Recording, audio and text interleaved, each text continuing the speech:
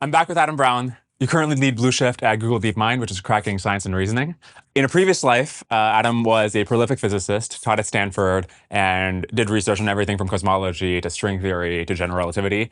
It's said that general relativity is the most beautiful thing the human mind has ever conceived or seen. And I was curious if there's a way that ordinary people like me could understand what is happening or have some vintage on why it's beautiful without taking your 20-lecture graduate course. So that was the prompt for this lecture, and I appreciate you being willing to do it. Super exciting to be here. And yes, I think the answer is yes. Yes, we can. Yeah, so, I mean, general relativity, Einstein's theory of gravity is, I think, as you say, like the most beautiful product of a single mind that we've ever created. It's one of the two great theories of 20th century physics, along with quantum mechanics. And unlike quantum mechanics, it was basically Einstein. He had a little help, but basically one person doggedly pursuing this idea for 10 years and then wrote down this theory that ends up describing the motion of planets in the solar system and also the origin and fate of the universe. And it's pretty extraordinary. And it took Einstein, one of the most famous minds in history, about a decade to figure it out. But, you know, when I teach it, I'll do a 10-week course. And so in 10 weeks, people will get a better idea of general relativity than Einstein really had in 10 years. And that's kind of because we have an advantage that Einstein didn't have, which is that we have Einstein and many others like him going before us who've able to take these super complicated ideas that were understood at the time as being totally incomprehensible by anybody with a sub-Einstein level of intelligence and boil them down to their essentials. And not make many of the same mistakes that were made by our forebearers. I think in 10, 20 minutes, I can't give you a better idea of general relativity than Einstein had, but we can get to the core insight, what Einstein said was his most beautiful idea, and push through it to try and understand what the central idea of this theory is. Okay, let's go. Before general relativity, there was special relativity. So special, meaning it doesn't apply everywhere. That was also invented by Einstein 10 years earlier, in 1905, during his Annus Mirabilis. And if you want to sloganize special relativity, you would start with the observation or the hypothesis that nothing can go faster than light. Special relativity takes that observation, promotes it to a principle, takes that principle extremely seriously as the sort of central observation of our understanding of space-time, and you arrive at special relativity. Special relativity applies to electromagnetism. It applies, though Einstein didn't even know about these at the time, it applies straightforwardly to the strong and weak nuclear forces, two of the other fundamental forces that we know about. It does not, obviously, apply to gravity. And so that was corrected 10 years later by Einstein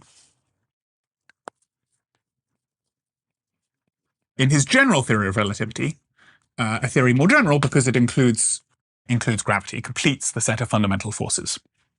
Again, invented by Einstein after 10 years of dogged pursuit in 1915. If you wanted to sloganize general relativity, you might say, not even gravity. Nothing can go faster than light, not even gravity. There's much more to it than that, but it's going to complete this arc of the centrality of nothing being able to go faster than the speed of light. Okay, so to see some background here, we're going to have to rewind. And we're going to have to rewind all the way back to the theory of gravity that existed before Einstein. The reigning theory of gravity at the time of Einstein stretches all the way back to Newton in the late 17th century. So let's talk about that. So Newton's laws, in his Principia in 1687, Newton's laws, well, he had a few. And maybe the one that we could most talk about today is two of them, which is his famous second law that says the acceleration, A, caused by a force, is given by the formula ma equals F. That if you have a force F, it'll cause an acceleration on an object given by A, where the mass tells you how much a object resists being accelerated. The bigger the mass, the bigger the force you need to cause a given acceleration. And this law, his second law, will turn out to be still true once we come to general relativity. We'll have to have a more sophisticated understanding of what we mean by force and acceleration, but this will be preserved by general relativity. A special case of the second law is Newton's first law. Newton's first law says that if the force is zero, then the acceleration is zero. If the force is zero, then objects continue to move on a straight line at all times. And that will also continue to be true in general relativity, that if not subject to an external force, objects move along straight lines. However, we'll have to upgrade our understanding of what we mean by force and what we mean indeed by straight line. Okay, that's going to keep being true. The one that's not going to keep being true is Newton's law of gravity. So Newtonian gravity, this tells you what the acceleration is in response to a force, but you need to know what the force is to be able to do anything with that. And Newton's law of gravity says that the force caused by the gravitational interaction of two bodies is, what's called Newton's constants, just some constant of nature, times the mass of one body, times the mass of the other body, the mass of the sun times the mass of the Earth, divided by the distance between them squared, his famous inverse square law. And it's a vector that points in the direction of separation, and it's attractive. So there's a minus sign there. This will not be true in general relativity. And in fact, you immediately see that there's a tension between this gravitational force law and the claim that nothing can go faster than the speed of light. If this was literally true, then by jiggling the sun, a straightforward interpretation of this law would just say that the force at the Earth varies immediately. I've changed the distance of the Earth and the sun, and so I can immediately detect it at the Earth, not 8 minutes later, but just immediately. So that would imply that you could send an influence faster than the speed of light. It is inconsistent, Newton's force law, with this principle. One option, of course, could be that this is true for non-gravitational forces, but not true once you have gravity. And indeed, using gravity, you could perhaps build a faster-than-light telephone using gravitational effects. That's a possibility, but not a possibility that Einstein really wanted to embrace. He'd spent many years chasing out any possibility of going faster than light or any superluminal influences. And so Einstein, and in fact many people at the time, thought that this is the one that has to give. And indeed, that is in fact what's going to turn out to be true. Okay, so where are we? There's actually a precedent here for an inverse square law getting modified in such a way that it ends up being consistent with special relativity. And that precedent is the other force of nature, the electric force. So there's also the electrostatic force law, not written down by Newton, but written down a century or so later, which says that the force caused not by the gravitational interaction of two objects, but by the electrostatic interaction of two charged objects, has a very similar form to the gravitational force. It tells you that the force is equal to some constant times the charge of one object times the charge of the other object, pointing also in the direction of separation between the two objects, divided by the distance squared, another inverse square law. And again, for exactly the same reason, the electrostatics looks to be inconsistent with special relativity. But ultimately it's not, or ultimately this is not the full story. Electrostatic is just one limit of the true theory of electromagnetism, which is Maxwell's laws, that has not just electric forces, it also has magnetic forces.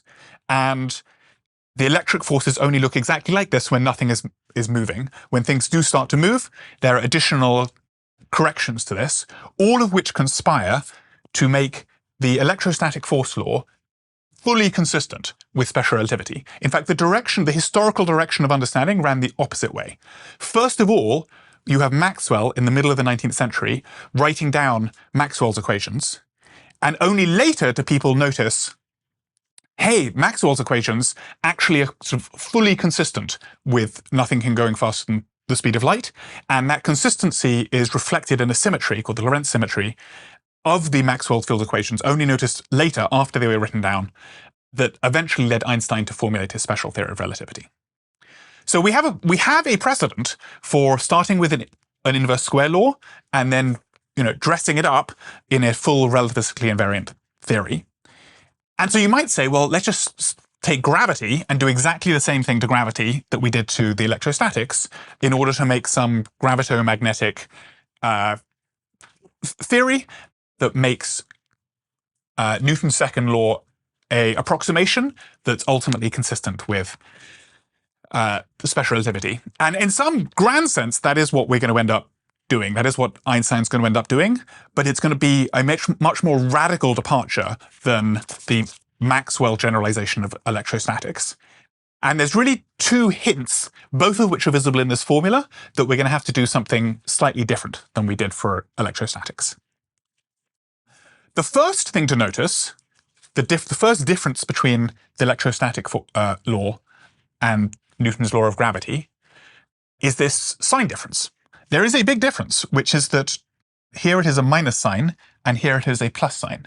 That is reflected in the fact that if you have two positive mass, the Earth and the Sun, they gravitationally attract each other. Conversely, if you have two like charges, they electrostatically repel each other, which is why that's a minus sign and that's a plus sign. That means that you cannot do literally the same thing for gravity that you did for electromagnetism, because otherwise, if you did mathematically the same trick, you'd end up with mathematically the same result, which is that you would find that like masses would repel rather than attract. Not to get ahead of ourselves, but ultimately, that's because electrostatics is mediated by a spin 1 particle, the photon, and gravity is going to be mediated by a spin 2 particle, and that's responsible for the change in that sign there. Okay, so that's why you can't do exactly the same thing as electrostatics, and so Einstein had to look for something else. He had to look for some other way to try and lift this to a relativistically invariant theory.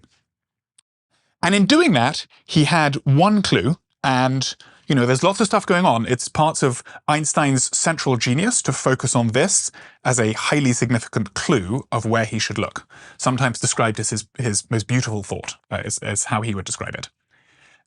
And the clue is this. There is another difference between the gravitational force law and the electrostatics, and that is this object that plays the role of the charge, the analog of the charge in electrostatics and gravity, and it's the fact that it's the mass sitting here. And that's like a strange coincidence from Newtonian physics. So mass in electrostatics forces and accelerations plays exactly one role. It's sitting here. It's the inertia of the object, and it's what is resisting being accelerated. So this is sometimes called the inertial mass that's sitting here.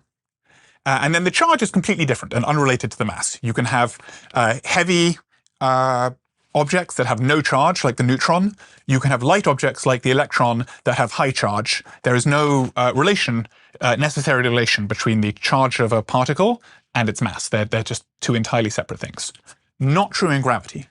In gravity, this mass that's sitting here in Newton's second law, the inertial mass that's resisting the force, is exactly equal to the mass that's sitting here in Newton's gravitational law, that's telling you how much you're pulled along. It's the same mass. So this is sometimes called the gravitational mass. This is sometimes called the inertial mass. And so unlike in electrostatics, the gravitational mass that appears in this formula is equal to what's sometimes called the inertial mass that sits in this formula. This equation is already true in Newtonian physics. Newton noticed it, in fact, and did a number of experiments to confirm that this was true to 1 part in 1,000 or so. By the time of Einstein, we knew it was true to 1 part in a billion, and now we know it's true to 1 part in 10 to the 15. It's striking that these two, that in Newtonian physics, it's just a complete coincidence, essentially, that those two are the same thing, nevertheless were observed to be exactly the same thing. And this was Einstein's, he honed in on this fact, and it was his central clue for what to do next. This is sometimes called the equivalence principle, and it's responsible for the fact that if you take a feather and a brick in a vacuum chamber and drop them both, they will both fall and hit the ground at the same time. They'll fall and hit the ground at the same time because even though the force on the brick is much stronger than the force on the feather because it's heavier, that exactly cancels out the fact that the resistance to force on the brick is larger than the resistance to acceleration of the feather, and they exactly fall at the same rate. So that the equality of those two is responsible for that exact equality. Okay, so Einstein's genius was to hone in on this as a central clue for how he is going to end up replacing Newton's law. And a reason it's a central clue is because there is in fact another class of forces, not fundamental forces like electromagnetism and gravity, but a set of emergent forces that exactly have this property baked into them, that they must, that's guaranteed in those theories. And to explain that, we're now going to move over to the experimental section of this discussion. So here's a bucket. Here's some water filling the bucket. You better know your physics, Adam. Otherwise, you'll destroy the studio. No tricks. Will you put your finger in that and confirm that it's wet? Yep. Okay. So here is the bucket. At the bottom, no mystery why the water is not falling out of the bucket. It's not falling out because the force of gravity, as we'd understand it, is pointing down to the bottom of the bucket. But now what we're going to do is go a little bit faster and loop the loop. And now there is what you might find superficially surprising, which is that the water doesn't fall out of the bucket even when the bucket is upside down. And there are two ways to understand that. One way is just the straightforward way, which is that you would say, the water wants to fall out of the bucket when it's at the top of its arc, but by the time it's got itself together to accelerate enough to fall out of the bucket's moved on and is now below, and it just didn't have time to fall out of the bucket. Or you might say the same reason that astronauts don't end up falling to Earth. There is a second perspective. The second perspective, which is an equally valid perspective, is imagining that you're riding along with the water in the bucket. And from that point of view, there's another explanation for why the water doesn't fall out of the bucket. And that is the centrifugal force. That from the perspective of somebody moving along with the bucket, there is a force pushing them towards the bottom of the bucket. And that force is known as the centrifugal force. And it's what's known as a fictitious or inertial force. And the centrifugal force just says that there is a force caused by being in a rotating reference frame, given by your speed, divided by the radius of the circle you're going around in, pointing outwards, positively outwards. And so this is the centrifugal force that pins you to the bottom of the bucket, or pins you to the outside of the car as you go around a bend. Okay, what do we notice? What we notice is that your charge under the centrifugal force, if you will, how intensely you feel a centrifugal force, is once again, just like with gravity, but unlike with electrostatics, given by your mass. The mass of centrifugal force that tells you how much centrifugal force you get is given by your inertial mass. But of course, here is absolutely no mystery whatsoever why the mass that's sitting here on the right-hand side is given by your inertial mass. It is given by your inertial mass precisely because it is the reason you're experiencing this force is precisely the tendency of masses to wish to move along straight lines. And the fact that you're not moving along a straight line, you're moving in a circle, It is precisely that inertial tendency that causes the mass to begin with. Another way to say it is, for any time you have one of these inertial forces caused by your inertia, it is guaranteed to be the case that the charge under that force is given by the inertial mass. Okay, so inertial forces always have a charge given by the inertial mass. Gravity has a charge.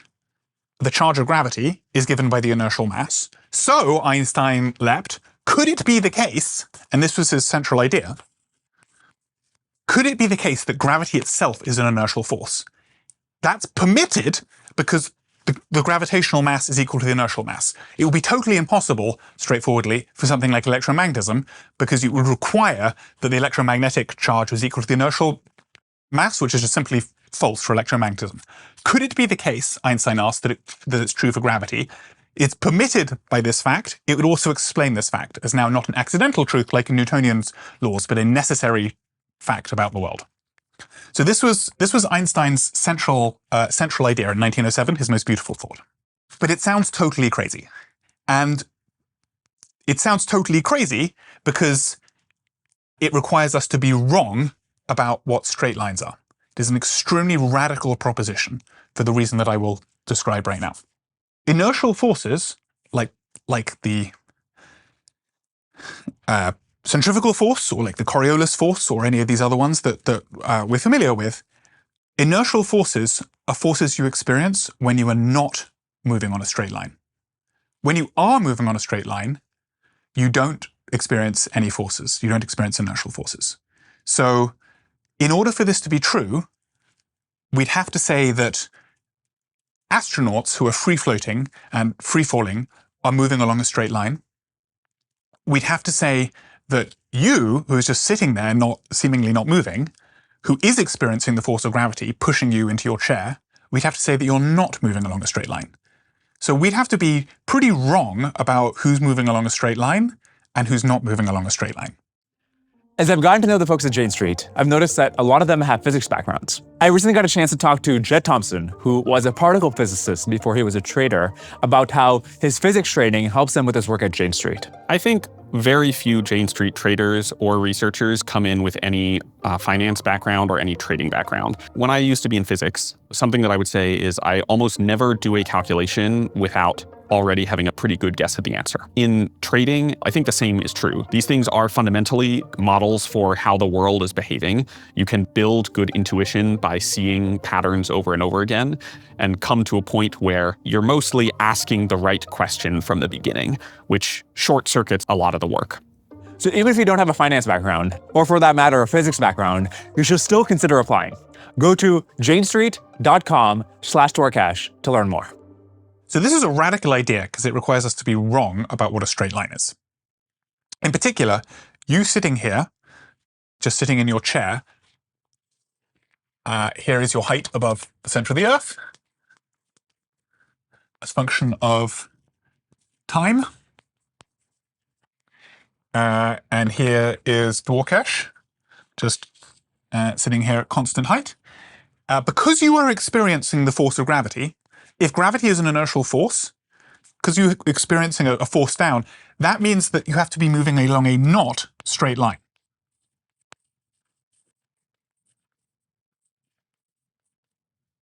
So that's you. By contrast, this piece of chalk, as it goes up and down, executes something that's well approximated by a parabola. There is the chalk up and down. The chalk, you know, is in free fall until I catch it, which means that if gravity is an inertial force, this has to be straight. Now, certainly the way I've plotted it, this looks straight and that one does not. So if gravity is to be an inertial force, we have to be confused, wrong about what is a straight line and what is not a straight line. However, this is actually a situation to which you should be familiar if you've sat in an airplane seat and looked at the screen in front of you. If you imagine the map that you see on a airplane, imagine you are flying from San Francisco to London. Now, I'm not good at drawing the Earth, but here is my version of it. Here we are in San Francisco. Here is Greenland coming in from the North Pole. And here is England. Here's London. I can tell you're a physicist because of the very idealized forms of the continents. And, you know, sometimes it can be quite frustrating sitting there in the back seat of the airplane because, you know, obviously the plane should be flying like this, moving along the shortest distance from one place to another, but instead they take this massive detour that clips Greenland and heads on down. You know that, in fact, that's not what's going on. You know that, in fact, despite what it looks like on the graph, this is not a straight line. This rum line, that's sometimes called, is not straight and would certainly not be the shortest path from San Francisco to London. And this is, in fact, to good approximation, a straight line. So, in fact, the straight line from San Francisco to London does indeed go over Greenland, as I will now demonstrate. So here is San Francisco, here is London, and you can see that the straight line that goes straight from one to the other would go in this direction over Greenland and hit London. That's obvious on this map, because this map obviously reflects the curvature of the Earth. This map is getting confused, and it's getting confused because it's trying to pretend that the Earth is flat. It is trying to ignore the curvature of the Earth, and because it's trying to map a round Earth onto a flat panel, there has to be distortions. And whenever you try and take something that is curved and pretend it's not curved, you will inevitably end up being wrong about what is and is not a straight line. You see this on the Earth, where this line that goes up and then comes down is in fact the straight line. You see it also in space-time with general relativity, where this parabolic arc of the chalk as it's thrown up, it is in free fall, it is the straight line in general relativity. And just like in general relativity, the reason you are confused about what's straight and what's not straight is that you are trying to pretend with this graph that you are in a flat space-time, and in fact, you are in a curved space-time. So in Einstein's theory, the effect of matter is going to be to curve space-time. And through curving space-time, it's going to change what's a straight line and what's not a straight line. And then people who are going along what they incorrectly think of as straight lines are going to experience the gravitational force, whereas astronauts are going to not experience the gravitational force. The only missing piece here is to mathematically characterize the way in which space-time is curved. You know that in Newtonian physics, the Newtonian force is caused by the presence of mass. In Einstein's general theory of relativity, it will be the curvature of space-time that is caused by the mass. And he struggled for 8 years between 1907, when he had this picture approximately mapped out, and 1915, when he wrote down in its finished form his general theory of relativity. And the final output of that 8 years was his famous formula that I will not explain, but will write down,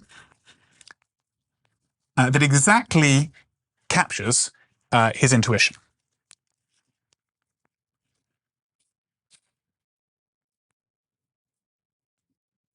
And I will walk you through this formula.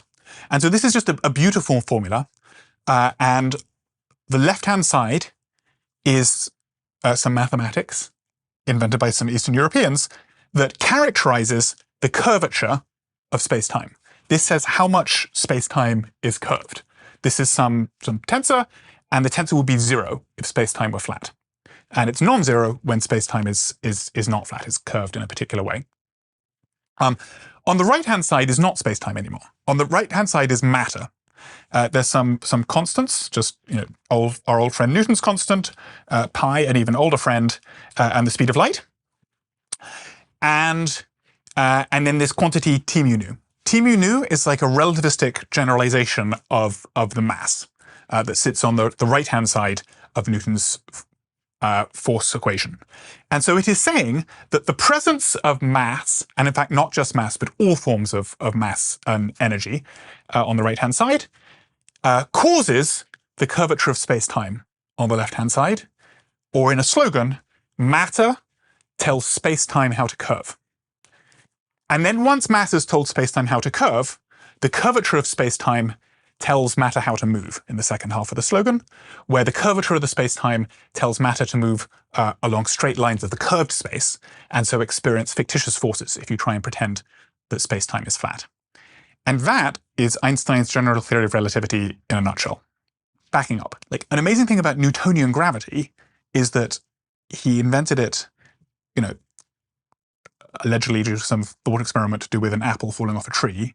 And it describes not only an apple falling off a tree, but the motion of the objects in the heavens. Like it's like massive cross-hit like that it describes planetary motion and also an apple falling off a tree. And this was like this amazing thing that Newton like unified the heavens and the earths and had one formula that applied to both. General relativity does all of that and goes one step further. It describes the motion of apples falling off trees. It describes the motion of Mercury and the planets in the solar system. And it describes the expansion of the entire universe. That's like a crazy, huge numbers of orders of magnitude hit that does all of those. You were saying a moment ago, one of the beautiful things about this theory is that it has reach in all these interesting ways that was not originally anticipated to solve this original observation that Einstein had. And one of them obviously is the black hole. So I would love to get more insight than the high school version of light falls into it and can't get out of why black holes work the way they do. Yeah, so black holes are fascinating objects in general relativity, and really the quintessential object in general relativity that doesn't really exist in the same way in Newtonian physics. And the story is kind of wild. So Einstein wrote down his field equations, the field equations we wrote on the board, describing the relationship between curvature and the amount of energy in the system. And he thought, that those equations were so complicated, no one would ever come up with exact solutions to them. And we'd just always be having to do approximations. And that turned out not to be correct. That Schwarzschild, who was a Prussian artillery officer in the First World War, in between writing, calculating the trajectories of artillery that they were lobbing over in the direction of their enemy, he figured out that, in fact, Einstein's equations, pretty much immediately after Einstein had written them down within a matter of months, in fact have an exact solution. An exact solution, a solution now known as the Schwarzschild equation, and that we now understand describes a black hole. It is a solution in which there is no matter, except possibly at the very, very center in a way we will not describe, a central point-like amount of matter, and it describes what the space-time around that looks like. It's called the Schwarzschild solution, and it describes a black hole. They were not called a black hole at the time. In fact, people were extremely confused about what this solution even meant. People wrote down wrong things for about half a century about what this meant. And perhaps the worst offender was Einstein, who got extremely confused about it, particularly confused about what I will describe as the event horizon, and wrote all sorts of wrong things about how objects would maybe bounce off the event horizon, just totally confused. From a modern perspective, it's extremely simple to understand what's going on. So let me tell you what a black hole is. General relativity, as we set it up, is about the collision between gravity and the finite speed of light. And the simplest collision you could do was actually noticed by people even in the 18th century, before we had special relativity or anything like that. And they just asked a very simple question. If you want to shoot something off the Earth, you need to shoot it with a certain velocity, the escape velocity. You need to shoot it fast enough if you want to escape far away from the Earth, so that the kinetic energy of the object you're shooting is equal to the gravitational binding energy of the Earth's surface. M is the mass of the Earth, and R is the surface of the Earth. And for Earth, that turns out it's about 11 kilometers per second is the escape velocity. But for objects that are heavier or more compact, the escape velocity is larger. So for example, Jupiter would be hundreds of kilometers a second. You need to shoot it off the Earth. And you can imagine objects that are so heavy or so compact that in fact the escape velocity becomes equal to the speed of light. And so people idly wondered what would happen then. They didn't have the tools to address it, but in the 18th century they wondered what would happen. And you can calculate what the critical value of the velocity is, and just putting the velocity equal to the speed of light, this gives a critical radius of 2 gm, the mass of the object cancels, divided by c squared. And so that's sort of somewhat suggestive that if you had an object that was this compact and had this mass, the escape velocity would be given by c, the speed of light. The connection you're pointing out is a Newtonian one. Did anybody make this connection before? Absolutely. So people in the late 18th century wrote this formula down. I think both Mitchell and Laplace had this in the 18th century, and they said that if you had an object that was that massive and compact, light would not be able to escape.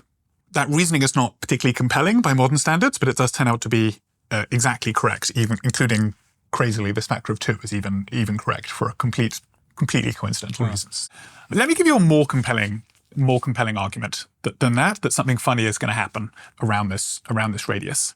And to do that, let's think about trying to extract energy from objects by lowering the objects down towards a central mass. So let's start off perhaps with the Earth. Here it is. And we're going to start off a long way away from the Earth with a brick of mass m. And I'm going to take this brick and attach it to a pulley system. And then I'm going to slowly lower the brick down towards the surface of the Earth and deposit it with 0 velocity on the surface of the Earth down there. And doing so, I can extract energy from the brick.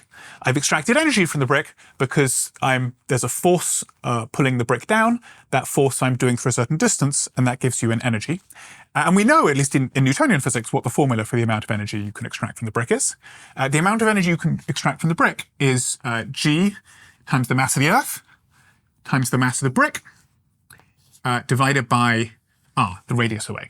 So it's an energy, not a force, so it's an inverse r, distance law, not an inverse square distance law. That's the energy you can extract from the brick by lowering it down to a distance r away from the Earth. And of course, if you try and lower it beyond the surface of the Earth, this formula changes. But let's just put it on the surface of the Earth. And so, this is the amount of energy I've got out here a long way away and have extracted from the brick. You can ask, what fraction of the rest mass energy of the brick have I extracted? This is a question that you would only naturally ask once you've invented special relativity and know that the rest mass energy is given by mc squared. And so we can straightforwardly calculate, at least in this approximation, that the fraction of the energy that you've extracted is that divided by the rest mass energy you started with. The mass of the brick, of course, is going to cancel, but not the mass of the Earth. And this is going to be given by g times the mass of the Earth divided by c squared times the radius away from the Earth at which you stop the radius of the Earth. So how much energy, what fraction have I got out of it? If you lower down to the Earth's surface, then the answer is you haven't really extracted that much from the brick. You've extracted a fraction 7 times 10 to the minus 10 of the original rest mass energy of the brick, doing useful work a long way away. Interestingly, first observation, this is small. In other words, the gravitational binding energy of something on the Earth's surface is quite small in natural units. And that's why we didn't really notice general relativity on the Earth's surface until we did very sensitive experiments, because general relativity is in some sense a Taylor expansion in this number, that the relativistic effects, where the first order term is just Newtonian, and then the next order terms will give you the GR corrections to the Newtonian answer. Observation number 2, and this is something of a digression, but observation number 2 is that by essentially sheer coincidence, this number here is very close to the chemical binding energy of rocket fuel.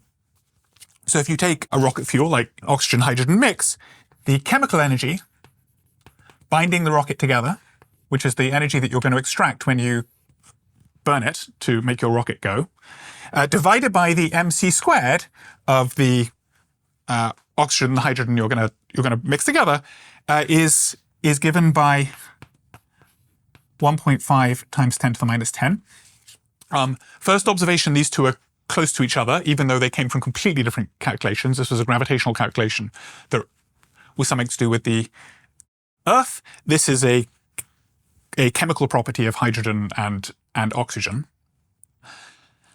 This is also very small. The reason it's very small is that almost all of the energy in hydrogen and oxygen is not stored in the chemical binding energy of these things going together. The vast majority of it is stored in just the rest mass energy of the protons and the neutrons that chemistry burning doesn't affect at all. The second largest amount is stored in the nuclear binding energy of the protons and the neutrons to each other, given by the strong force and the weak force, which again in chemical reactions don't touch at all. This is a small number because chemical bonds are very weak compared to the rest mass of the things we're considering. These two small numbers are almost exactly equal to each other, which is why we can use chemical rockets to get to space, but it's hard. In particular, this number is a few times bigger than this number, which means that almost all of the vast majority, your payload fraction is quite small when trying to use chemical rockets to get to space, because most of your fuel cannot get to orbit. You have to pay a rocket factor that's going to tell you that most of your payload that's sitting there on the launch pad is going to have to be burnt up before you get to space in order to get a small fraction of the rocket up to space. In other words, we can use chemical rockets to get to space in a way that would be totally impossible if we tried to do it from the surface of the sun, but it's hard. Okay, that's the fraction on the Earth, but this formula tells you that if you have an object that's heavier or more compact, the fraction of energy that you extract by lowering the object down to the surface is going to be larger. So for example, if you lower it not down to the Earth's surface, but down to the sun's surface, this would be larger. A million times larger because the sun is a few million times the mass of the Earth, but then it's also bigger, so that takes it away a little bit, and you end up with 2 times 10 to the minus 6, famous redshift from the sun's surface.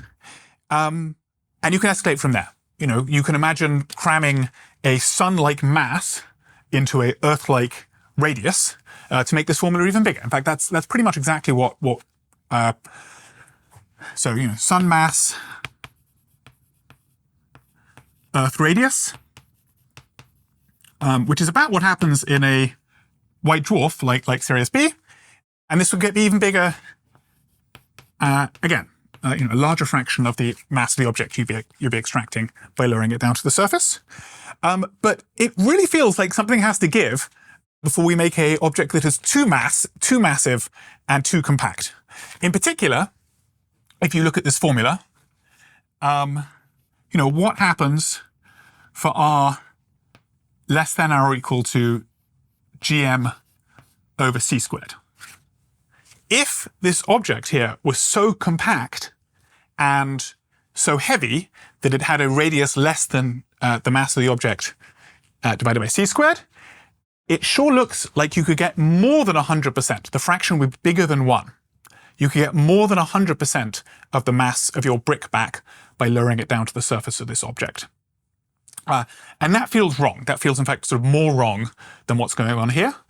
Because now you've got all this energy a long way away, and you could perhaps use it to make a whole new brick. You've got all this more than mc squared out there, lower that one down, and it feels like we've figured out a way to make a huge amount of energy where there was no energy before.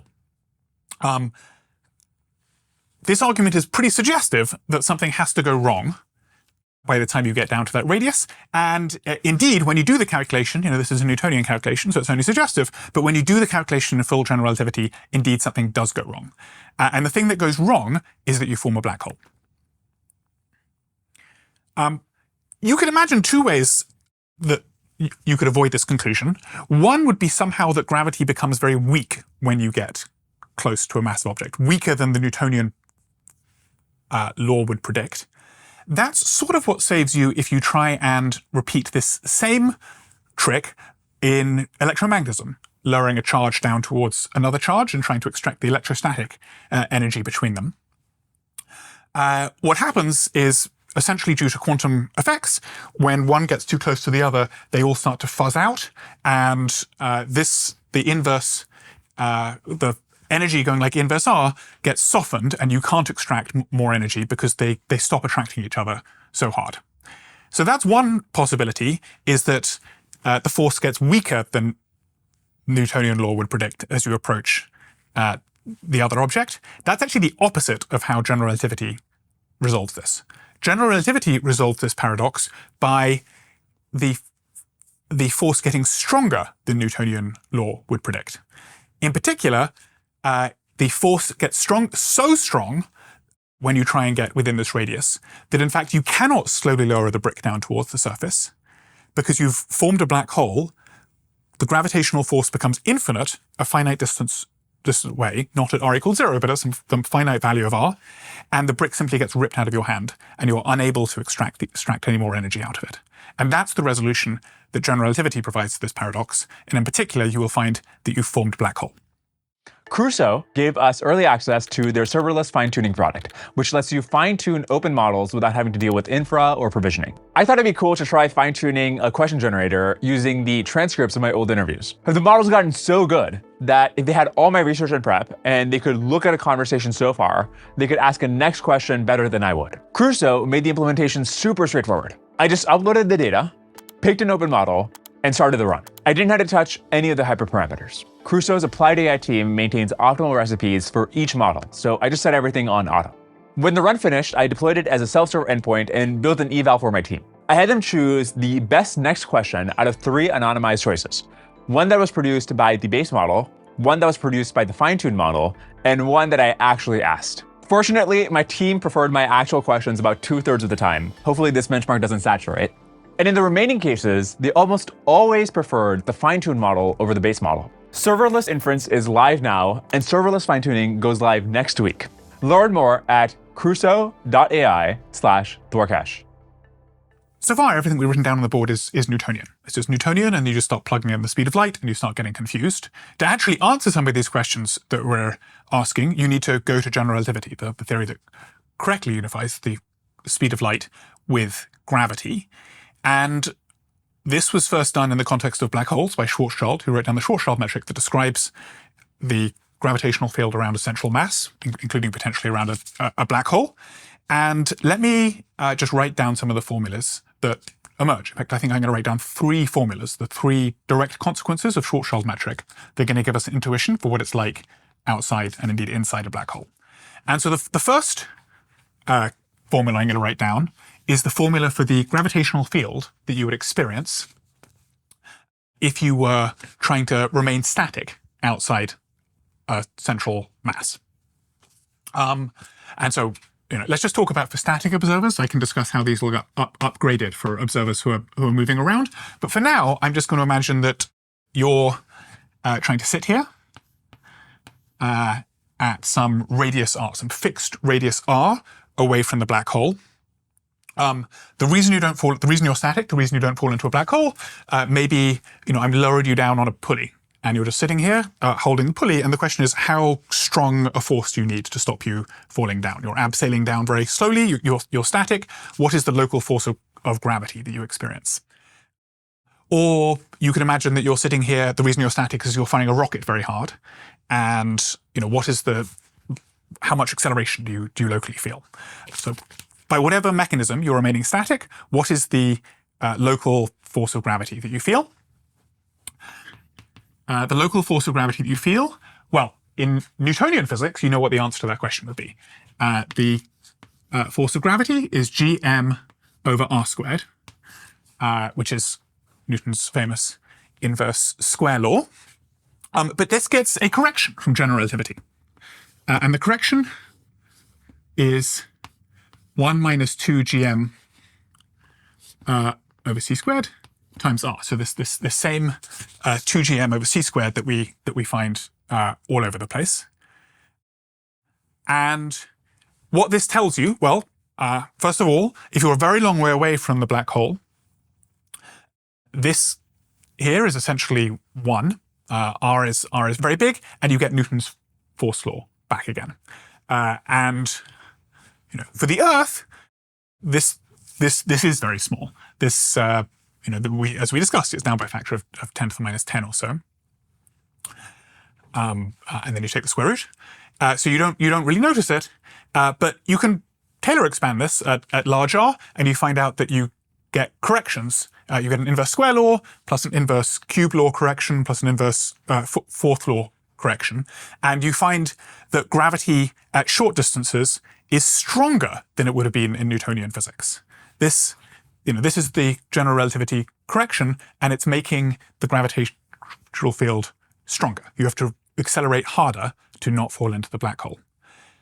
And in particular, once r is equal to 2gm over c squared, this what's called the Schwarzschild radius, you have to accelerate infinitely. The acceleration, the proper acceleration required to not move in r goes to infinity. In fact, if we now convert this to an Earth to the black hole, this is a very significant radius over here, 2gm over c squared. It's called the event horizon.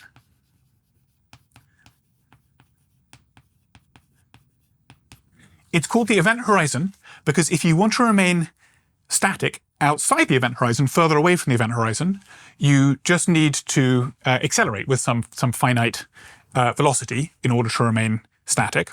You need to have a finite gravitational field, but the gravitational field as you approach the event horizon becomes infinite. So once you're at or beyond the event horizon, it is impossible to remain static. You will inevitably get sucked into the black hole, no matter how hard you fire your rocket. Now, this is just the static formula.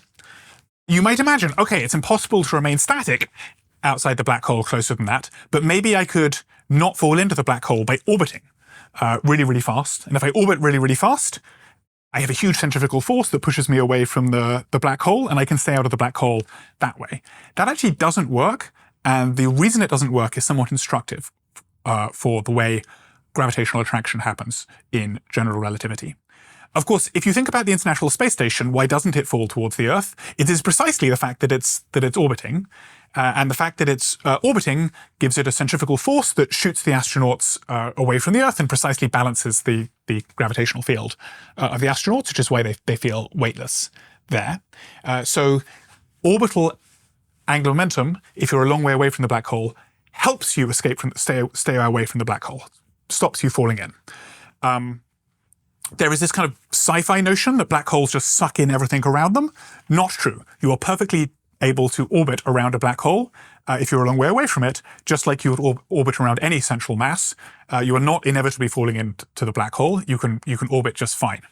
But orbiting stops helping when you get too close to the black hole. We said that the event horizon is 2gm over c squared. In fact, already once you're within 3gm over c squared, orbiting is counterproductive if you're trying to stay away from the black hole. And that's because there are two effects of orbiting. One effect of orbiting helps you stay away from the black hole. That's the centrifugal effect. Orbital angular momentum pushes you away from the black hole due to the centrifugal effect. And if we wrote it's not too hard to write down. If you wrote the version of this formula that applies when you have angular momentum, you would see that pushing you away from the black hole. But there's another effect which drags you towards the black hole. And that is the fact that in general relativity, all energy gravitates. Not just rest mass energy gravitates, kinetic energy also gravitates. And so the effect of orbiting is that you have an additional pull down towards the black hole from the coupling between the mass of the black hole and the gravitational attraction between the mass of the black hole and your orbital angular energy. And when you're far away from the black hole, the centrifugal force is the more important term. When you're close to the black hole, that coupling is the more important term. And in fact, once you get within 3gm, orbital angular momentum stops helping and starts hurting. There are no ballistic orbits that go within 3gm and that manage to escape again. Okay, so that's formula number one. It tells you that what the gravitational field is, a distance r away from a black hole. And in particular, it shows you that once you get to this critical radius, the gravitational field becomes infinite, and you must, if you cross that, you must proceed to the center of the black hole, no matter how hard you fire a rocket. That's called the event horizon. At the event horizon, you are not yet dead. You are, however, doomed. If you cross the event horizon, you will never be able to escape. Not if you convert yourself to light and try and shoot yourself out. Not if you fire your rocket infinitely hard. The other place, of course, is r equals 0, that's where you actually die. And that's at the singularity. And we'll describe that a little bit in a moment. In Newtonian physics, the gravitational force only becomes infinite here. In general relativity, it becomes infinite already at the event horizon, if you try and resist the force of gravity. Okay, that's formula number 1. Now let's do formula number 2. Formula number 2, and all 3 formulas I'm going to write down are just going to be, heavily related to each other. They're really going to be reformulations of each other. Asks about gravitational time dilation. So let's again imagine that you're sitting here. This is Dorkesh sitting here some radius r away from the black hole.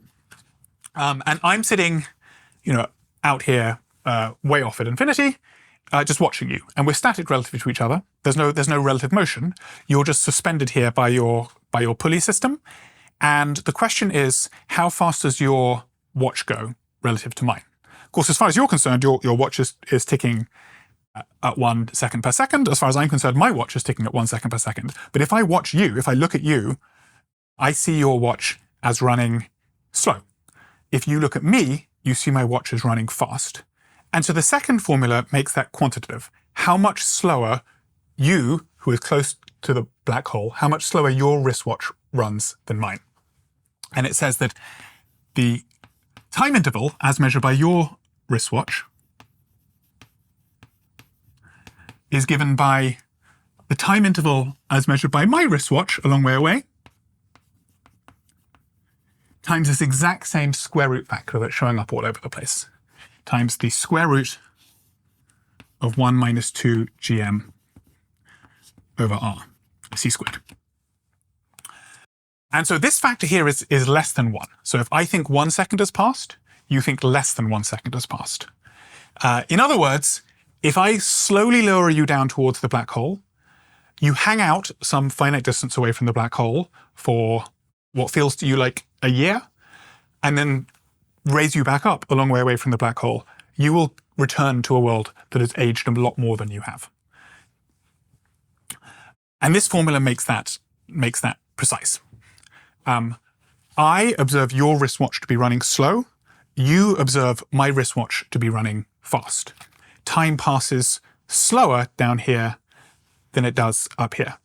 This is a fact that has by now been extremely well observed experimentally in the 1950s. In the Harvard physics department, they put 2 atomic clocks at two different heights in the building and noticed that the one that was higher was running faster than the one that was slower. This is an effect that is now considerably within the precision of, for example, GPS, that just has to subtract that effect. Otherwise, everything would drift all over the place.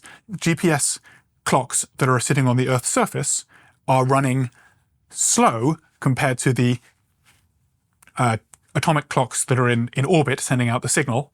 And you have to subtract off that difference in order to account for that difference and subtract it off in order to get an accurate read. This is known as gravitational time dilation.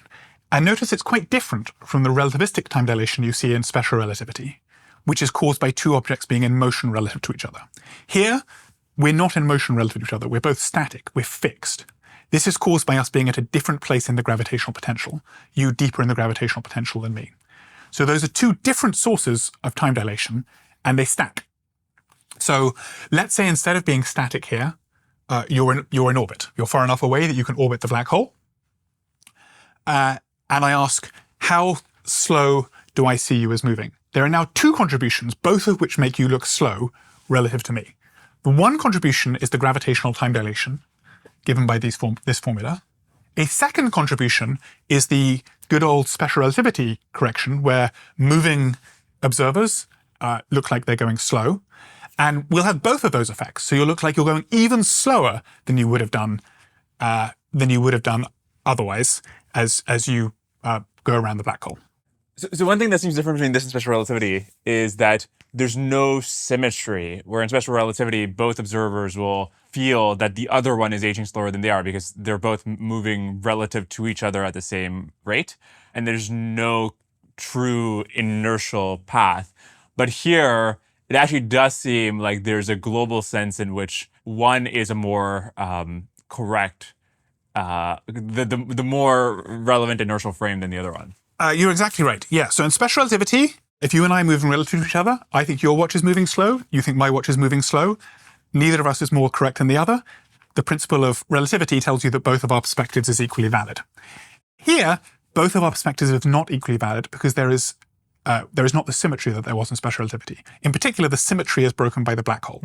We both agree that you are deeper in the gravitational well than I am. We both agree on that, and your clock runs slower than mine does.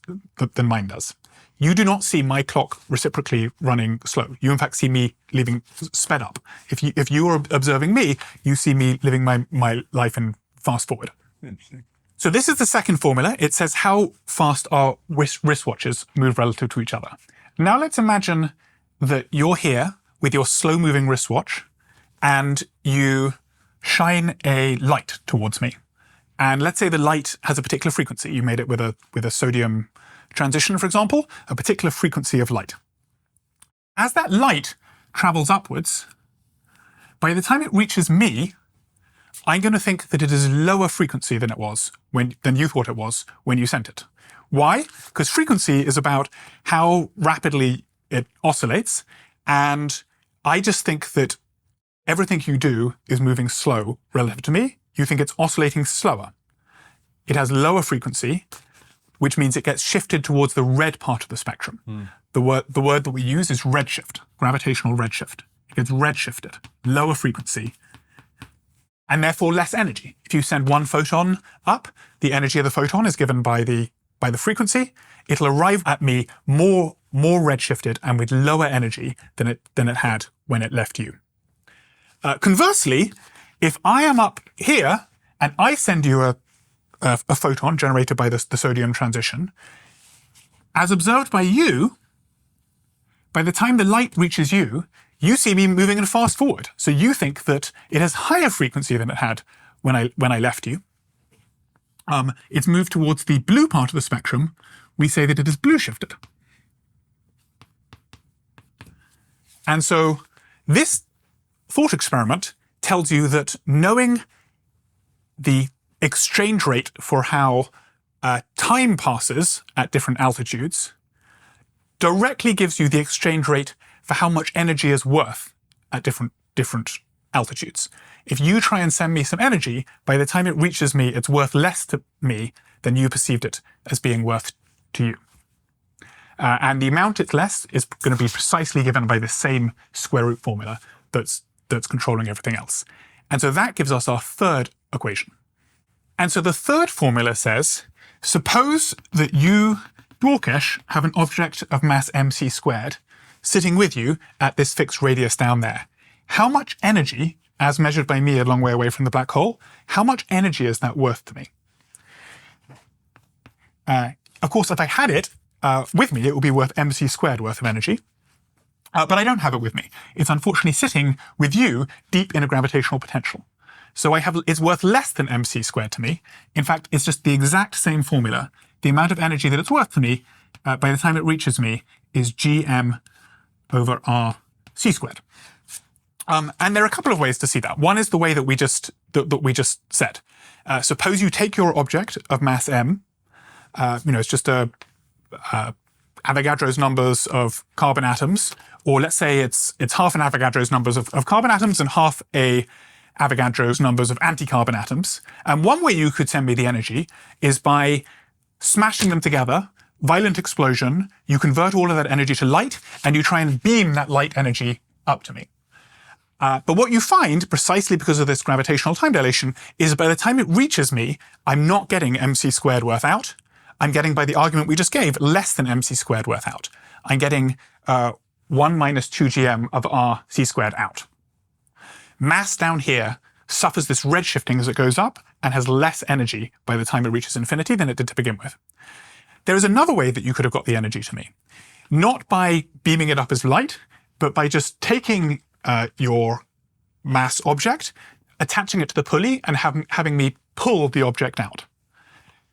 By the time I pulled it out, I've now got mc squared sitting out here a long way away from the black hole. So I do have mc squared, the full mc squared worth of energy. But to get it, I needed to pay. And what I needed to pay was precisely pulling it out of the gravitational potential. So that, from that way of thinking about it, that's why I have less than mc squared worth of energy left, because I had to pay the pulling it out of the potential in order to accrue that mass. So this formula tells you, if I have a brick of mass mc squared sitting at some radius r away from the black hole, how much energy can I extract from that brick if I'm a long way from the black hole? And so if we know that formula, then we can in fact calculate exactly this formula. How much energy have I extracted from the brick by lowering it down to a radius r? Well, we know the answer to that question. The energy it started with is mc squared. The energy it now has is this. So the energy I've extracted from the brick while slowly lowering it down using my pulley system must be the energy I started with, mc squared, minus the energy it now has. Or in other words, the fraction of the energy that I've extracted by lowering it down to a radius r is mc squared minus this, all divided by mc squared, 1 minus root 1 minus 2gm over c squared r. And this is the exactly correct answer for the fraction of the energy extracted.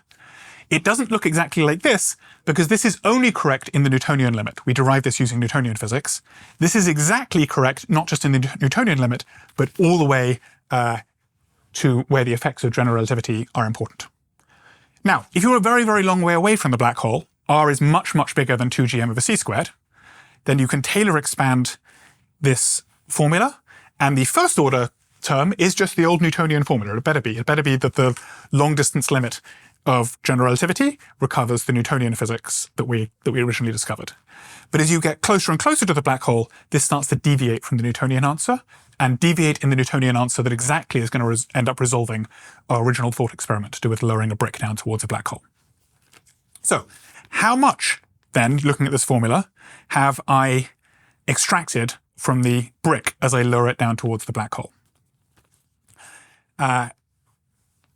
If r equals infinity, if the brick's still a long way from the black hole, then I've extracted 1 minus 1 equals 0. I haven't extracted any energy from the black hole. As I lower it closer and closer to the black hole, well, initially, I just get the Newtonian formula. So in fact, these are pretty close to correct in general relativity as well, because the corrections are only going to start getting large when this term becomes order 1, and it's still very small here. So these are all essentially correct. But once I get closer and closer to the black hole, they stop being correct. And what I see is that as r approaches the black hole event horizon, as this formula goes to 0, I have extracted exactly all of the energy from the brick. So I start off with a brick a very, very long way from the black hole, attach it to a rope, slowly lower the brick down towards the event horizon. Of course, I can't lower it past the event horizon, otherwise I'll lose control of the brick, but I'd lower it as right above the event horizon, the last possible place I can lower it to, and then just let go of it with 0 velocity. The brick falls into the black hole, and I have extracted the entire mc squared that used to be in the brick in my pulley system out there. And so it exactly resolves this question we had. Is it possible to extract more than mc squared from the brick? No. Is it possible to extract the full mc squared from the brick using a black hole? Yes, it is. And that's actually pretty neat, and why people talk about using black holes as power plants. So, most power plants today operate by burning chemical energy. That is not very efficient. That gets, you have to pay a factor of 10 to the minus 10 because chemical bonds are super weak compared to the rest masses of objects, and you're really only extracting a tiny fraction of the rest mass of the fuel that you're considering. You can level up from there by going to nuclear energy, which instead of it dealing with the feeble electromagnetic bonds between atoms, starts to concern itself with the nuclear forces between the protons and the neutrons within the nucleus. And so you can go up from about 10 to the minus 10 to about 10 to the minus 3 for fission, or 10 to the minus 2 for fusion. But that's about as good as you can go even with fission and fusion. Because even though you can extract energy from the strong nuclear force, fission and fusion, neither of them change the total number of protons plus neutrons in your process. And the bulk of the energy, 99% of the energy, is stored not in the electromagnetic interaction, not in the strong interaction, but in the rest mass energy of the protons and neutrons, something that neither chemical reactions nor nuclear reactions can touch. But gravity can touch them. If I start off with a massive mass object of m, I can extract up to quantum corrections, essentially, I can extract essentially 100% of the rest mass energy that I've gone in. It is the most efficient possible power plant, because by building an apparatus like this, in principle, I could extract 100% of the energy of whatever I started with. I intuitively get how energy equals mass, and then there's like these chemical bonds, those get dissolved, they release energy. The thing weighs less if those bonds are released. I even get that if the bonds between the protons and the neutrons are broken, that releases energy and makes the thing have less mass. But if something with protons and neutrons is just slightly above the event horizon, is the interpretation that those protons and neutrons stop existing right at that point? What does it mean for them to have 1% or 2% or 5% of their original mass? Yeah, that's a great question, and really becomes relevant once you turn on quantum mechanics, which is beyond the scope of today's discussion. But classically, the black hole just sits there forever. And so you can just say, well, what happened to the protons and neutrons? You say, well, they now live inside the black hole. And the number of protons plus neutrons is still conserved out there in the universe. It's just you need to assign what's called a nucleon number to the black hole itself. That's fine as far as it goes classically. Quantum mechanically, way beyond the scope of today's lecture, Hawking and Bekenstein discovered that black holes radiate away energy, and eventually the black hole will be gone, and all of the energy, if you calculate it, ends up in gravitons and photons and perhaps some neutrinos. None of it, or almost none of it, ends up in protons and neutrons. So it is a very interesting fact, once you turn on quantum gravity, that black holes eat nucleon number, this thing that seems like it's conserved, at least perturbatively, both by electromagnetism and by the nuclear forces, ends up being eaten by gravity. And people like to promote this, we're talking about quantum gravity now, to a general principle that quantum gravity doesn't respect any global symmetries. It doesn't respect nucleon number symmetry. It doesn't respect any of these symmetries. And that's a whole other can of worms that we can open some other day. I recently wrote this blog post where I speculated that sample efficiency during training actually hasn't improved that much over the last few years, and rather, we've just dramatically improved and widened the data distribution. And I was having dinner with friends recently, and then I had this idea of how you could get some empirical information on this question. There's this nano-GPT speedrun where people compete to train Karpathy's GPT-2 baseline to a fixed loss with less and less compute. The training data is frozen, so I wondered if the loss curves over time of each record could tell you roughly how fast sample efficiency is improving. So I pulled out my phone, I dumped this idea into a voice note in the Cursor app, and I went back to dinner. And then I got a notification about 15 minutes later. The Cursor agent had cloned the modded nano-GPT repo, it had analyzed all the loss curves for all the records, and it had estimated that sample efficiency had been improving about 2 to 5x every single year. Of course, this is very naive and circumstantial evidence, but it inspired me to start writing a full post with a friend where we investigate this question using many different methods. And the friction really mattered here. The idea would have just floated away if I wasn't able to just kick off the investigation right then and there with the Cursor app. If you want to try Cursor's iOS app, go to cursor.com/Dwarkesh. Okay, Adam, I like to think on this podcast we impart not only theoretical but practical knowledge as well. So suppose one learns all these equations, but then finds himself in the unfortunate position of falling into a black hole. What would they see? Great question. So there's actually two different perspectives you could take. One is the perspective of me watching you falling into the black hole. The other is the perspective of you falling into the black hole. And those two perspectives are consistent with each other, but interestingly different. So maybe I should describe them both. So first, let's ask the question, what do I see as you fall into the black hole? What I see, this is of course how hard you need to fire your rocket to not fall into the black hole. But you're not going to do this. You're just going to sit here a long, long way away from the black hole. You're going to turn off your rocket and accept what comes. And what comes is you'll slowly accelerate towards the black hole with a rate first given by the Newtonian formula, and then when you get close to the black hole, start picking up corrections, start picking up general relativity corrections to the Newtonian inverse square law. And so what I will see as I watch you fall towards the black hole is first, you'll go faster and faster and faster towards the black hole as you fall down the gravitational potential of the black hole. And faster and faster and faster, but then something strange will happen, which is you'll stop going faster and you'll start going slower. And the reason you're going slower is that as I watch you, you start to get gravitational time dilation as you fall down here, and I start to see you running slow, your clock running slow. This is the formula for if you were static. You're not static, you're moving. So there's some other formula, but the formula has the same effect, which is that as you get closer and closer towards the black hole, your wristwatch starts running slower and slower and slower. And in fact, if you do the appropriate integral, I never see you cross the event horizon. I just see you getting closer and closer to the event horizon, but slowing and slowing and slowing as you get closer and closer to the event horizon. And as I watch you, I'm presumably using light to watch you, that light gets more and more redshifted. The wavelength gets longer and longer. The longer the wavelength of light, the harder it is even to really see you. You start getting delocalized by the wavelength of the light. And eventually I just stop seeing you entirely. There's a final photon that I see that you emit, and then you just fade to black, fade through red to black. I never see you cross the event horizon.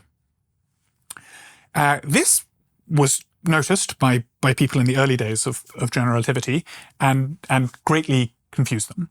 And they started to think that you would experience something funny yourself as you fell across the event horizon. That is not true. In fact, if I instead adopt the perspective of you, from your point of view, your clock isn't running slow, it's running at 1 second per second. If you look back at me, there's some funny stuff going on to do with me running fast, perhaps. But as far as you're concerned, everything's totally normal. You accelerate towards the black hole, you're getting faster and faster and faster as you approach the black hole, and you just sail across the event horizon totally as normal. The event horizon is not a particularly violent place for you. You can calculate the tidal forces as you across the event horizon, or as you approach and then across the event horizon, and they're not particularly big.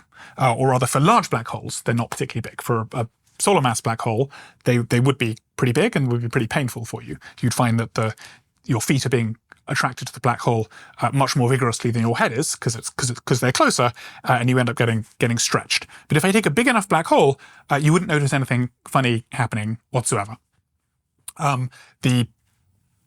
The bigger the black hole, the smaller the tidal effects. And if I took a black hole the mass of the galaxy, you'd be basically fine as you cross the event horizon. If I took an even bigger black hole than that, you could live out your entire life having crossed the event horizon of the black hole before you hit the singularity, which is fatal. When you cross the event horizon, you are doomed. You are doomed because once you cross the event horizon, you must proceed to the singularity. There's no way you can fire a rocket to stop yourself hitting the singularity. You are doomed, but you are not dead.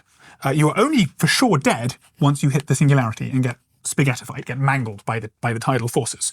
But for a large enough black hole, you can be doomed and not even know it. The event horizon is really a not locally measurable quantity. It is a teleological fact. It says that once you have crossed the event horizon, you must proceed to the singularity, but it can take a long time to get there for a large enough black hole. You could, in principle, for a large enough black hole, live out your entire life. If you had a black hole that was, many light centuries across, you could live out your life. You could have descendants, all of whom live inside the black hole, and only once you really approach the singularity do the tidal forces get strong and kill you. As you were saying, GR explains or predicts a lot of phenomenon, and some we think are correct, some we don't know are correct. Why do we think black holes are correct but not wormholes? Yeah, that's a great question, and people did not believe it to begin with. Schwarzschild wrote down his solution almost immediately after Einstein wrote his field equations. People thought that equation was sick in some way, that it was a measure zero thing that would never happen. It was some mathematical monstrosity, but it was impossible to make black holes naturally in the real universe. And they were wrong, because black holes do exist. We're extremely confident now. There was theoretical developments and there was experimental evidence that black holes exist. The biggest theoretical development was Penrose, and then later Hawking and Penrose, for which he won the Nobel Prize, who showed theoretically that the formation of black holes is a generic feature of general relativity. It's not just some sick thing that happens if you fine-tune the initial conditions, that if you just start off with generic initial conditions, the development of black holes is a generic feature of that. That was a huge development. And then there was the experimental side. And the pieces of experimental evidence we have for black holes is now huge. It did not exist in Einstein's day, and for 50 years after Einstein, people were extremely confused about black holes and thought they didn't exist. But there's numerous pieces of evidence. I think the most visually appealing piece of evidence is just observing the center of our galaxy. So if you look at the center of the galaxy, spoiler alert, there is a black hole there. We call it Sagittarius A star. A huge black hole, weighs many millions of times the mass of the sun. You can't see the black hole, or at least you can't see it directly, because it's black. What you can see is the stars around it.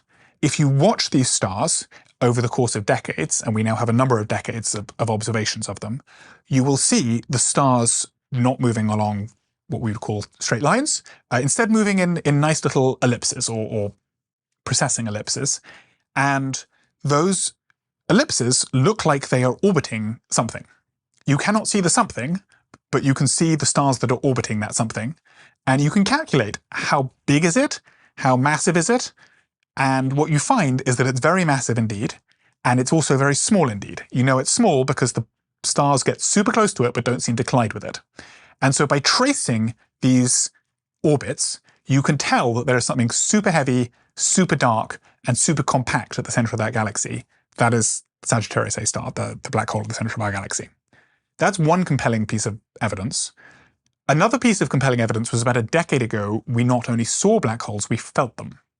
So LIGO is this huge interferometer, laser interferometer, that we built at a number of different sites that is super attuned to vibrations in space-time itself. And there's a famous event pretty much immediately after we turned it on in late 2015, where we felt space-time shaking. And you knew it was space-time shaking, not just the Earth shaking, because we had a bunch of these detectors, then 2, now 4, at different points on the Earth, and they all shaked in exactly the same way.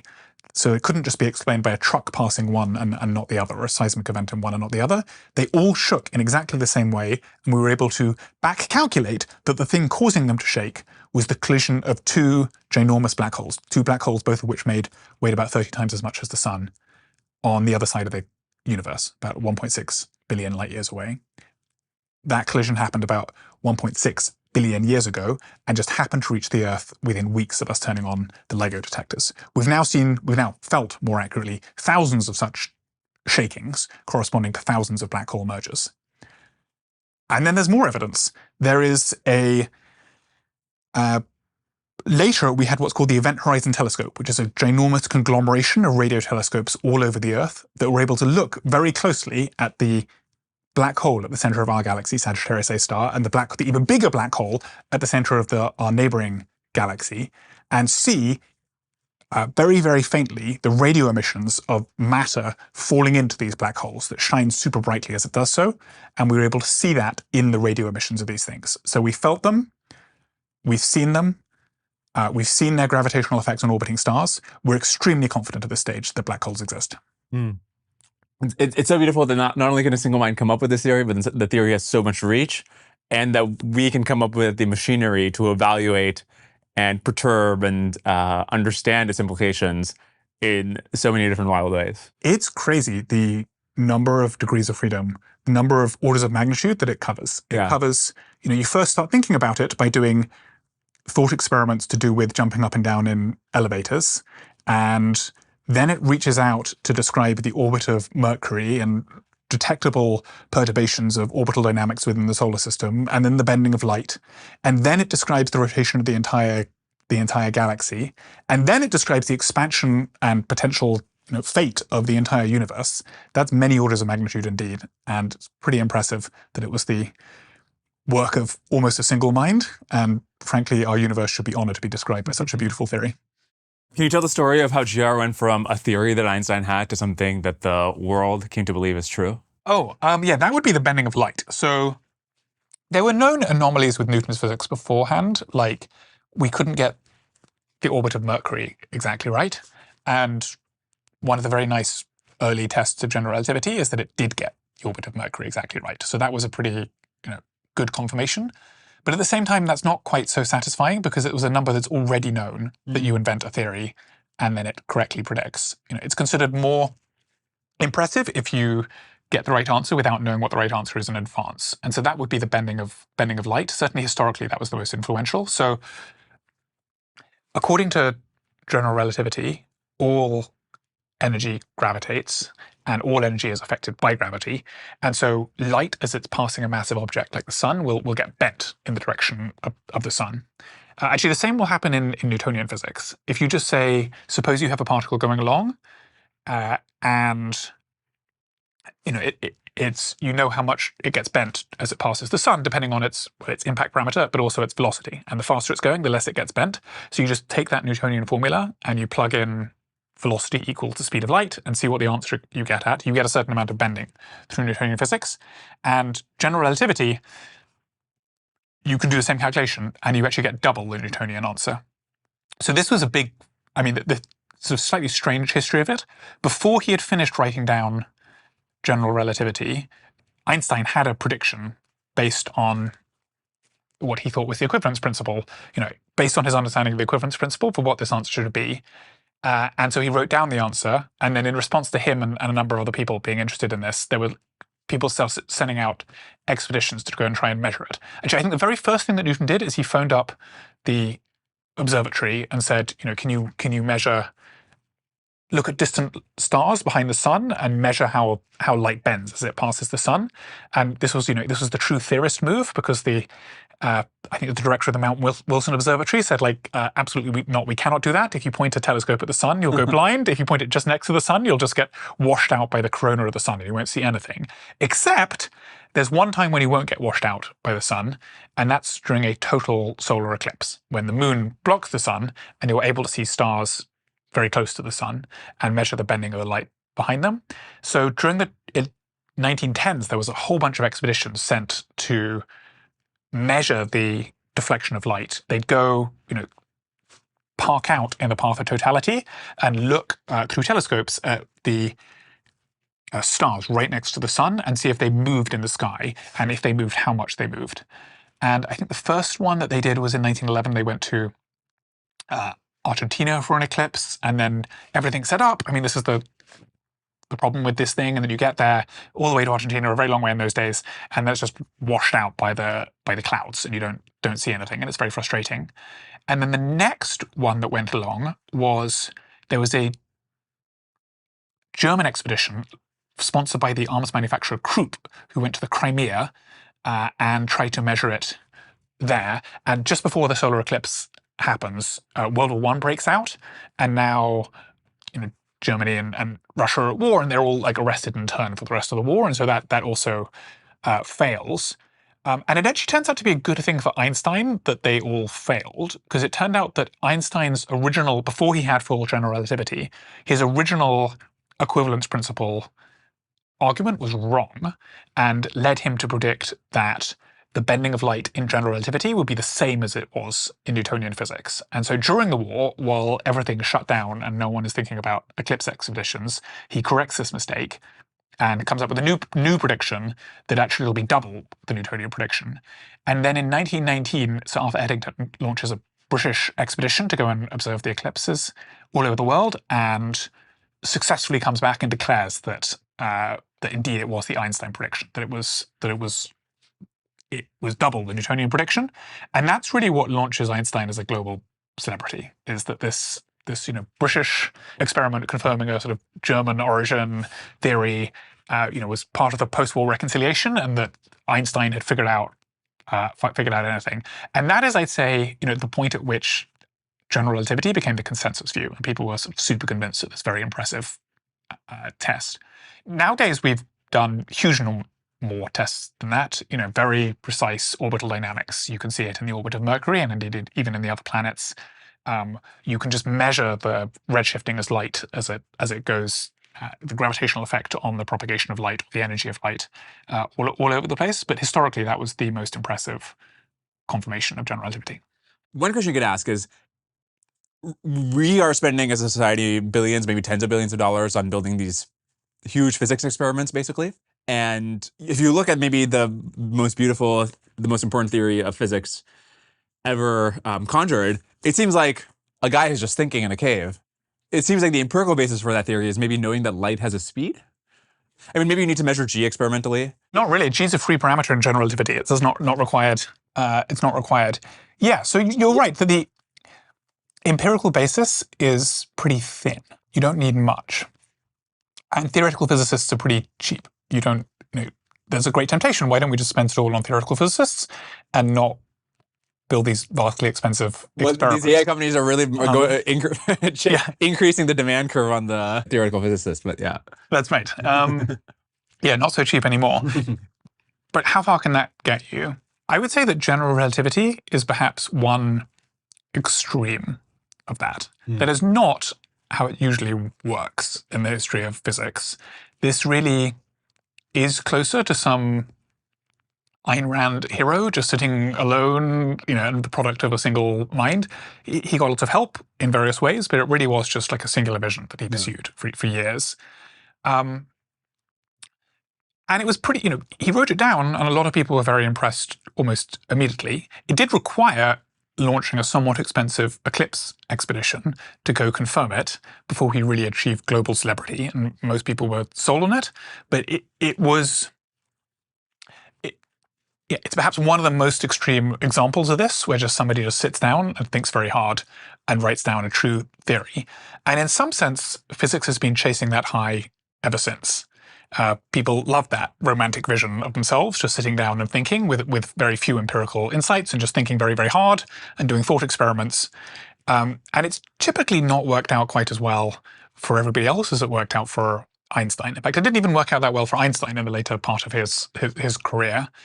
Yeah, how far you could get just by thinking, what do you need to do general relativity? You need the finiteness of the speed of light. You need to convince yourself not just that the speed of light is finite, but that there's the symmetry that protects that Einstein came up with in special relativity. Then you probably want the equivalence principle, that it's an empirical fact that the inertial masses and the gravitational mass are the same for everything. But that's pretty sparse. And from just those two things, there's still a few options. But if you have lots and lots of large language models, you can just, if there's only a limited number of options, you can just explore the entire tree and say, okay, focus on this, the equivalence principle is something that's super significant. Yeah. And this other thing, now abandon simultaneity and see how far that takes you. So still, there's only a finite number of things to explore there. I don't know how well, I think we got very, very lucky with general relativity that's quite so powerful under those circumstances. But if you just had lots and lots of Einsteins and you just give each of them various options, you could presumably see them in parallel. At the frontiers of physics today, in your experience, does it feel like if you just have millions of them running autonomously, you could have enormous discoveries, or are we in a different era now? And really, there's like limited usefulness of that parallelism. I think there is usefulness. I do think that different parts of science have different branching fractions, and how much you need experiment to cut off that branch. Yeah. I talked about chasing the high of Einstein. Arguably, string theory has really been going all in on that. Yeah. So Einstein's theory is just general relativity. There's also quantum mechanics, and trying to marry those two in a consistent way that general relativity doesn't do at all. Like, there's no quantum mechanics in general relativity. How to do that has motivated a lot of people. The problem is that in order to see that in experiments, if you just do the dimensional analysis, you need ginormous particle colliders, absolutely galactic-sized particle colliders. It's just very hard to see any of that stuff. So, but that didn't stop people. I mean, it stopped many people, but many people didn't stop and keep trying to do it. And so there you just have to kind of hope that it works out sort of like how I did with general relativity, where just by thinking very, very, very hard with minimal input from experiment, you can feel your way to the right answer. And for that to be true, it needs to be the case that the number of possible the tool you have at your disposal is mathematical consistency, and does it reduce correctly in the known limits? So you better hope that there's only one or a very small number of possible consistent theories that would work out if you're going to do that. If it turns out that there's an unlimited number of consistent theories, you're never going to feel your way to the correct answer because they're all consistent. And the only tool you have is consistency and perhaps some notion of aesthetics. But if there's only a few, then maybe you could do it all the way. And so string theory is kind of gone all in on that, I would say, is just trying to, with minimal experimental input, believing that there's only one consistent theory of gravity, and just by doing sufficient consistency checks, you can find it. For other examples, it's much harder. There's clearly many. Condensed matter physics, often you simply need to go and do an experiment to turn out which one is correct. Whenever our future AI civilization does come up with more and more unified theories of physics or deeper theories, make better predictions, do you think that humans will be able to keep up? Like once the sort of step is taken, that we will actually be in a position to understand what our AI civilization understands? I don't know that we're going to be able to keep up entirely, but I think we'll keep up pretty much better than pessimistic forecasts would suggest. So let's take mathematics as a simpler example than physics. In mathematics, many mathematicians are worried that these LLMs are just going to turn into proof machines. So Terry Tao has this phrase, indigestion, he uses, in which these LLMs will produce billion-line inscrutable lean codes that will serve as a certificate that a particular theorem is true without providing any insight as to why that might be true. And wouldn't that be a depressing world, say the mathematicians? I think that is a possible future, but I actually don't find that to be a very likely future. Because as well as being superhuman provers, we also expect these large language models to be superhuman explainers. And maybe they'll do the exact opposite of that. Maybe what they'll do is they'll come up with they'll take proofs that are very hard to understand, and by doggedly trying and trying and trying, they will be able to come up with ways that are human comprehensible. They will be able to take proofs that are difficult to understand and make them easy to understand. And I think the empirical evidence, it's early days, but it's pretty supportive of that more positive vision. So if you look at, there was a Erdos problem that was proved a few months ago now, and it wasn't just an incomprehensible set of lean. In fact, it wasn't even proved in lean at all. It was proved informally. And then there was a follow-up paper by some human mathematicians that took these new ideas, human interpretable ideas that the machine had come up with to prove this Erdos conjecture, and used it to prove new theorems that had not been used before. So that was the exact opposite of that case. It came up with a very human interpretable idea, and then humans were able to fully comprehend it, and comprehend it so well they were able to deploy it in a new scenario. We've seen that throughout. I mean, the unit distance conjecture, I think, is a good example here for a number of the themes you've been discussing here. One is that it's totally comprehensible, the disproof of the unit distance conjecture to you, perhaps. that it came up with. I mean, to mathematicians. I'm not a mathematician. Perhaps the reason that humans hadn't disproved the unit distance conjecture is because they erroneously believed the conjecture to be true, and that the good thing about large language models is that they're willing to push through that barrier and just waste their time, as a human would understand it, trying to disprove a presumed true conjecture and reach the other end. So that's another aspect of large language models that makes me pretty optimistic, is that they just have extreme patience, even for doing things that perhaps look like a low probability of success. Adam, thanks so much for coming back on and doing this. While you could be building superintelligence, you're explaining 100-year-old physics, but it was very interesting. It's a super fun subject. I'm super happy to share it.